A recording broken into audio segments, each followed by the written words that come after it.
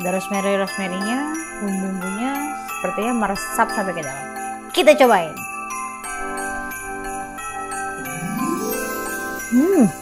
Enak banget. Kalau disajiin sama keluarga waktu Natal dan Tahun Baru. Coba bikin di rumah ya. Wow.